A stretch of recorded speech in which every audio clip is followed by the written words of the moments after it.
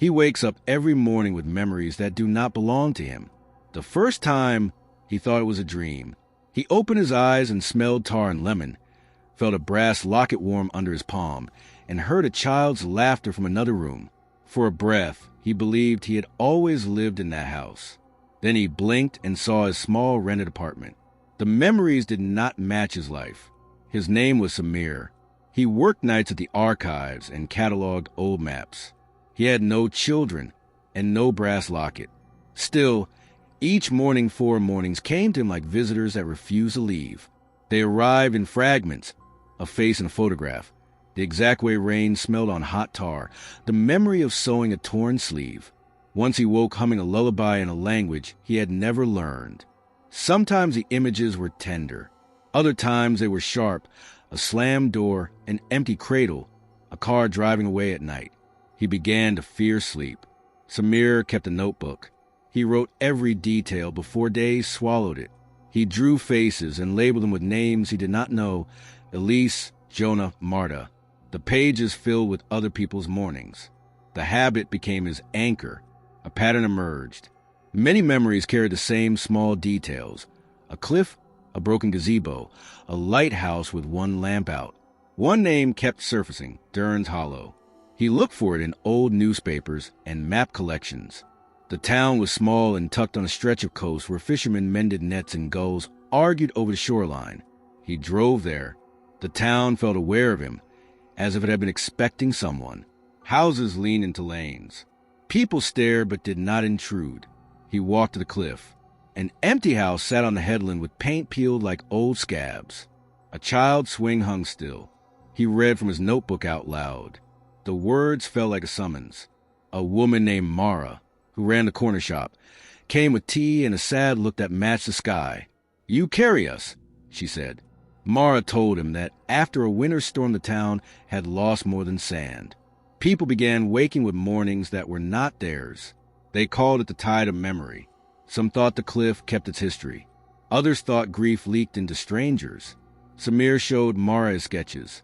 Her hand still when she saw a drawing of a woman with a small scar above her left eyebrow. Elise. She lived there, Mara said. Her boy used to run that slope. They'd been gone a long time. The town held its silence like a wound. A missing persons report appeared in an old paper. The police had closed the file. People preferred not to ask questions that dredged the sea. Memory is heavy. Samir began to feel responsible. He and Mara searched logs, spoke to fishermen, and found a retired constable who kept a memory of the night like a coin in his pocket.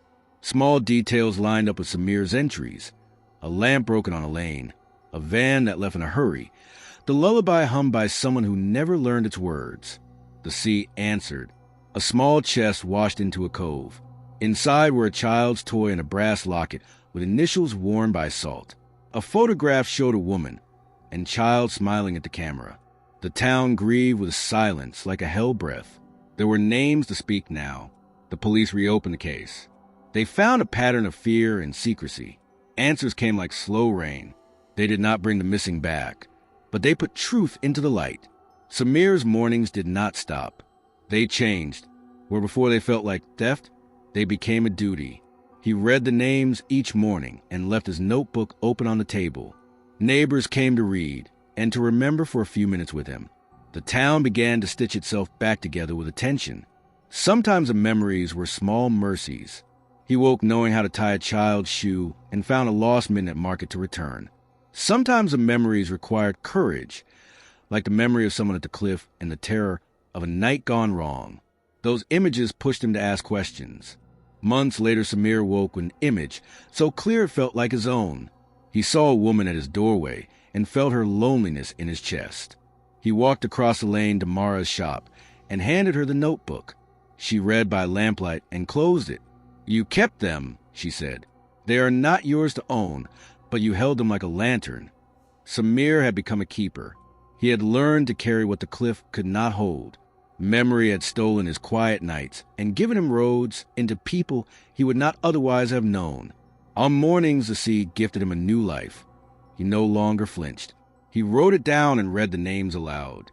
He made tea that tasted faintly of lemon and tar and smiled at the taste as if remembering something kind. The town, which had once chosen to close its eyes, began to look and to speak. When the wind carried a child's laugh across the cove, he stood at the edge and said into the salt air, "I remember you." The last line he wrote in his blue notebook was simple.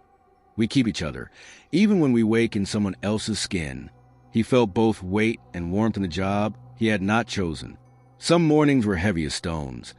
Others were small and bright like coins in a child's palm. He promised to keep writing and to name what the sea would not return. When he closed his eyes at night, he did not dread the next borrowed morning. He only hoped it would be gentler always,